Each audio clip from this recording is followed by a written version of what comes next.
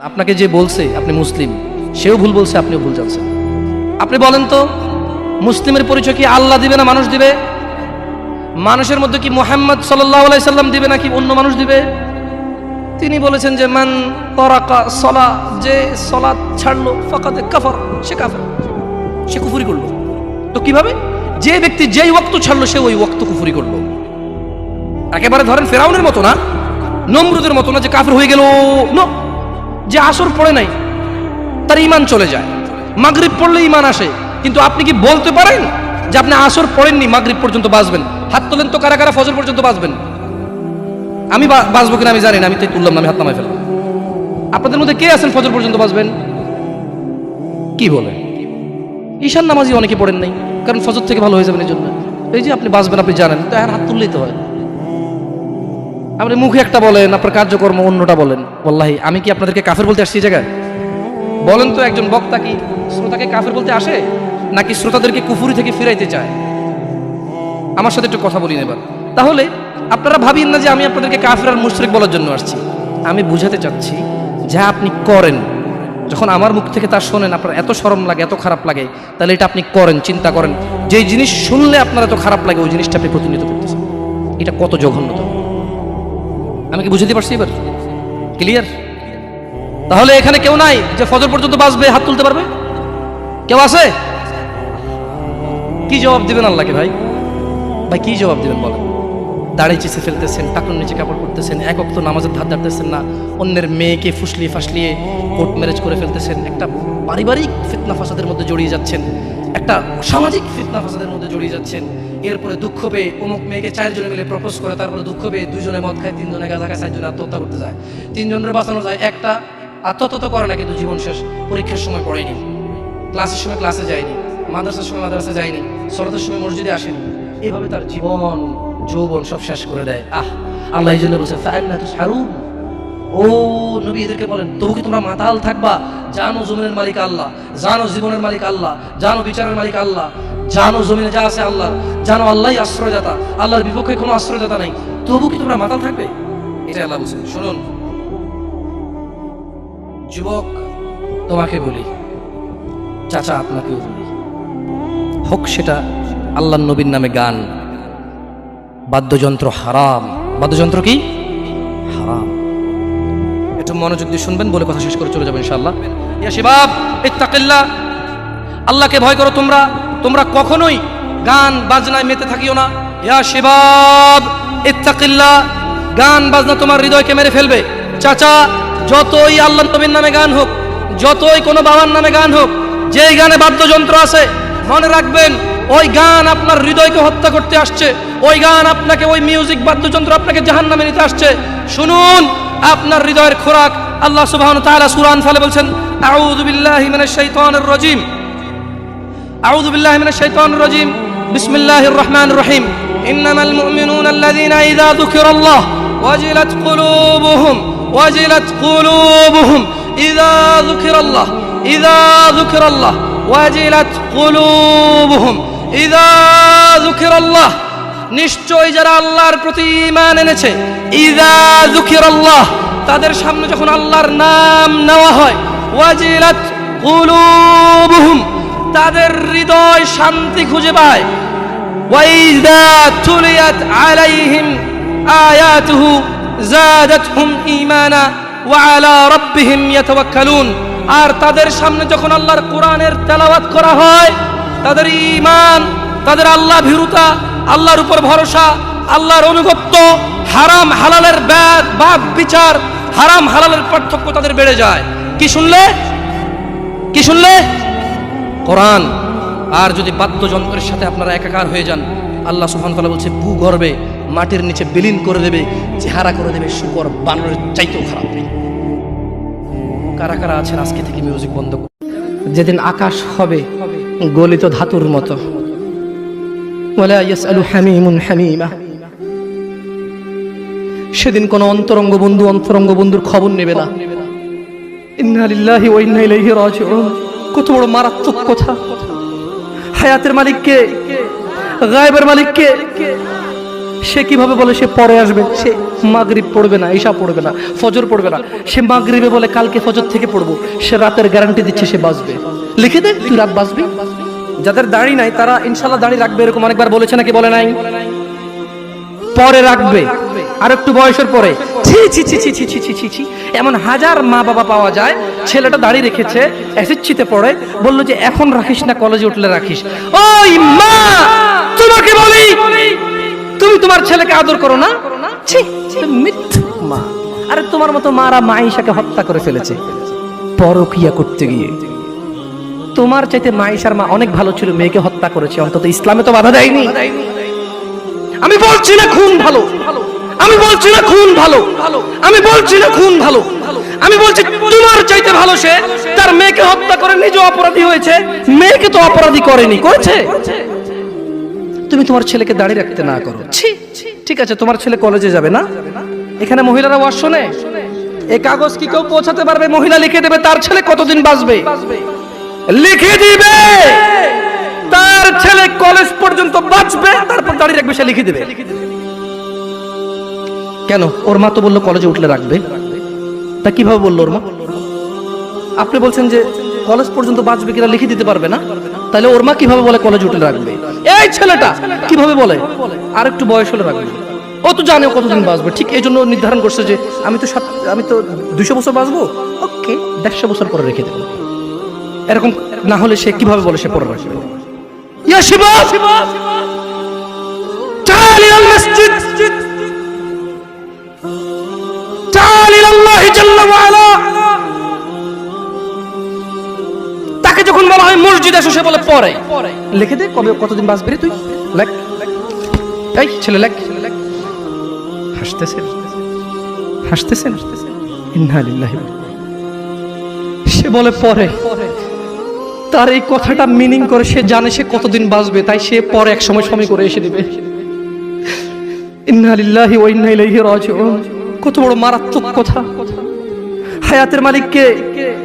গায়েবের মালিক কে?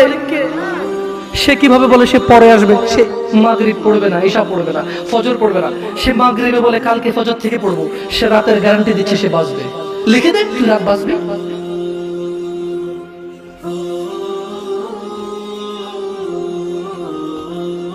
আল্লাহ ক্ষমা করুক এরকম মাদের যারা তাদের ছেলেকে দাঁড়িয়ে রাখতে দেয় না। আল্লাহ ক্ষমা করুক এরকম যুবকদের যারা বলে বড় হলে রাখবো দাড়ি। আল্লাহ ক্ষমা করুক এরকম মুসলমানকে যে নিজেকে মুসলমান মনে করে নামাজের দিকে ডাকলে বলে পরে আসবো। শুনেন, দুনিয়া তুচ্ছ। দুনিয়া কি? জামশেদ মজুমদার বলেছে না, দুনিয়া তুচ্ছ। জামশেদ মজুমদার বলেছে? কে বলেছে? কে? আল্লাহ জাল্লা ওয়া আলা, রব্বুস সামাওয়াতি ওয়াল আরদ, যিনি জমিন এবং আকাশের মালিক, তিনি বলেছে দুনিয়া তুচ্ছ, খেল তামাশার বস্তু। আর আল্লাহর কাছে যা আছে তা উত্তম, তা স্থায়ী। অনুধাবন করবে না তোমরা, অনুধাবন করবে না। শুনুন, সূরা মাআরিজ 29 পারা সূরা। আমি দুঃখিত, আপনাদের মনে হয় লেট হচ্ছে না, কষ্ট হচ্ছে না, আমার ক্ষমা চেয়ে দিচ্ছি। আসলে এত রাত পর্যন্ত মাহফিল করে মানুষকে কষ্ট দেওয়া এগুলো। আমারও দুঃখিত, অনেক দূর থেকে আসার কারণে আমরা এসে পৌঁছেছি, নাহলে হয়তো আপনাদের কাছে জলদি কথা বলতে পারতাম। আপনারা ক্ষমা করে দিলেন আমাকে। আমাদের ছোট ছেলে শোনার জন্য আপনারা মুরগিরা বসে আছেন। আল্লাহ আপনাদের সবার গুনাহ ক্ষমা করুন। আল্লাহ বক্তার ভুল ত্রুটি থেকে শ্রোতাকে আশ্রয় দান করুন। আল্লাহ শ্রোতা এবং বক্তার দূরত্বতা দূর করে দিন। আল্লাহ শ্রোতাকে বক্তার কথা বুঝে শুনে মানার তৌফিক দান করুন।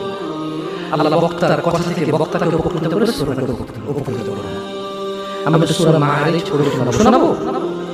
এরপরে সূরা মাআরিজ পড়া শেষে আমি দুনিয়ার অনেক কথা আছে এখানে, দুনিয়ার অনেক কথা আছে এখানে সূরা মাআরিজে। আমি শুধু তরজমা পড়ব, তাফসীর পড়ব না। এবং এই সূরাটা পড়ার পরে আমি একটু পরীক্ষা করব আপনারা কে কি বুঝতে পারছেন। যদি আপনারা বুঝতে পারেন তাহলে গ্যারান্টি আপনার বাসায় যে কোরআন আছে ওটা পড়লে আপনিও একদিন এখানে এসে কথা বলতে পারবেন ইনশাআল্লাহ। আপনি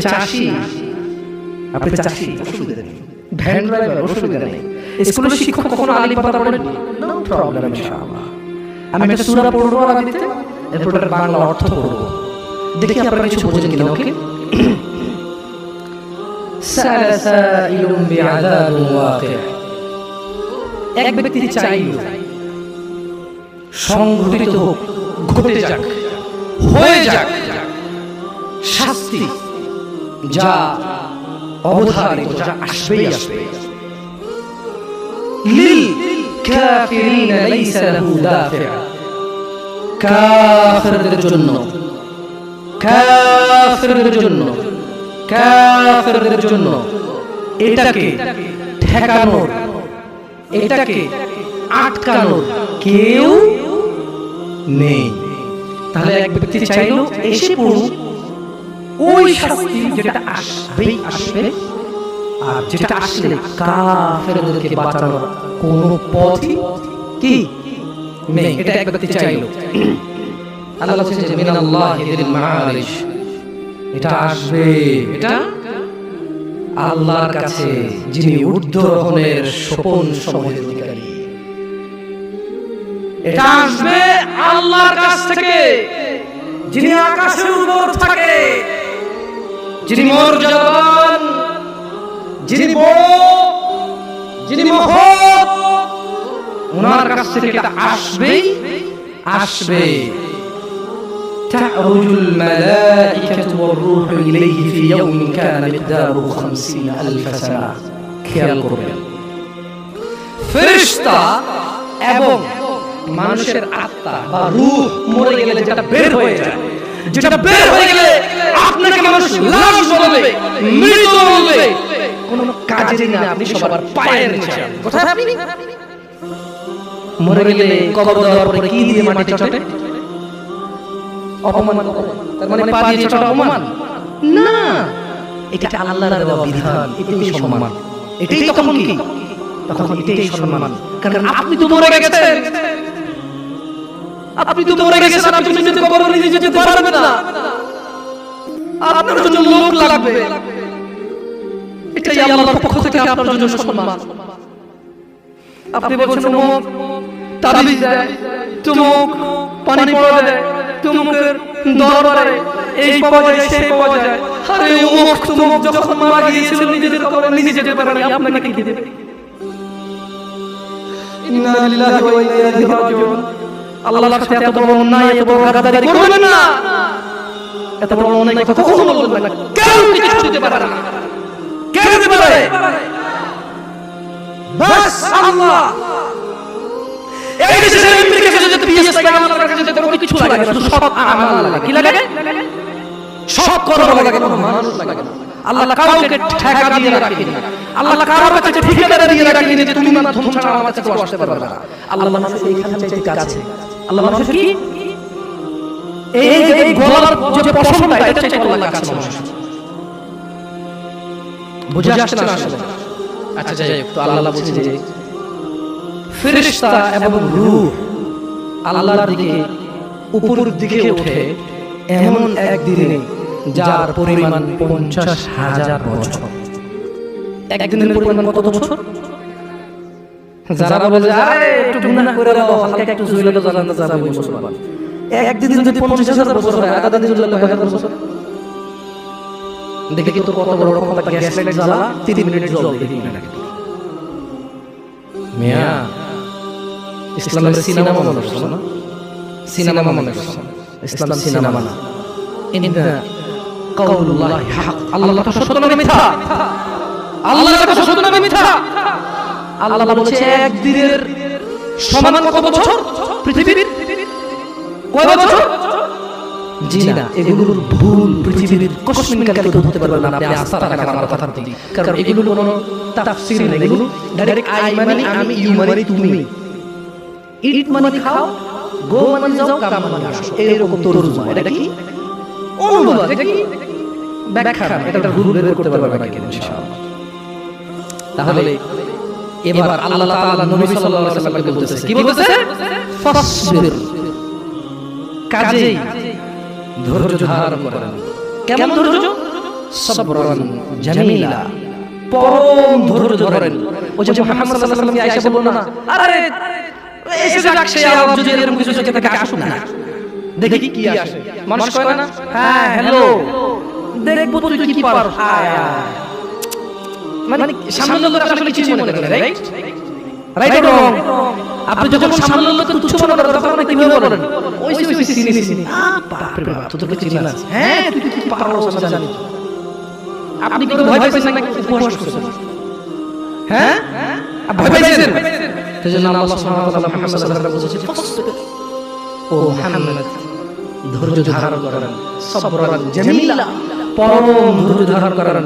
ইন্নাহুম ইয়ারাউনাহু বাঈদা, তারা ওই দিনকে অনেক দূরে মনে করে, ওয়া নারাহু করিবা, আমি আল্লাহ ওই দিনকে অনেক নিকটে দেখতে পাচ্ছি।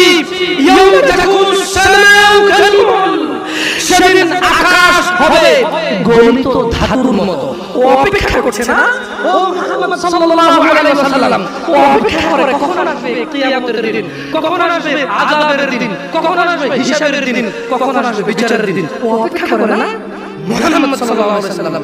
ইন্নাহু ইয়ারাউনাহু বাঈদা, ও মুহাম্মদ সে মনে করে কিয়ামত অনেক দূরে। ওয়া নারাহু করিবা, আমি আল্লাহ দেখতে পাই এটা অনেক কাছে, অনেক কাছে। তো ওটা আসলে কি হবে?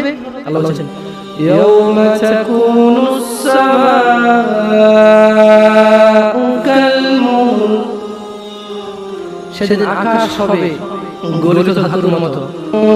জিবালু কালইকনি ওয়া লা ইয়াসআলু হামীমুন হামীমা, وتكون الجبال كالعهن ولا يسأل حميم حميما ولا يسأل। এখানে দুইজন অন্তরঙ্গ বন্ধু আছে, ঘনিষ্ঠ দুইজন, মানে একসাথে চলো স্কুলে যাও, মাদ্রাসা যাও, দুইজন দিকে আসো। দুইজন লোক লাগবে আমার, যারা সকাল থেকে রাত পর্যন্ত একসাথে থাকে, নাই দুইজন লোক লাগবে আমার, দোস্ত দুইজন দোস্ত লাগবে, দোস্ত আসো, দোস্ত নাই জায়গা। ইয়া আল্লাহ কম ইয়া আল্লাহ, দাঁড়াইছে না, হাসবেন না। আল্লাহ কি বলছে জানেন? যেদিন আকাশ হবে গলিত ধাতুর মতো, ওয়ালা ইয়াসআলু হামীমুন হামীমা, সেদিন কোন অন্তরঙ্গ বন্ধু খবর নেবে না।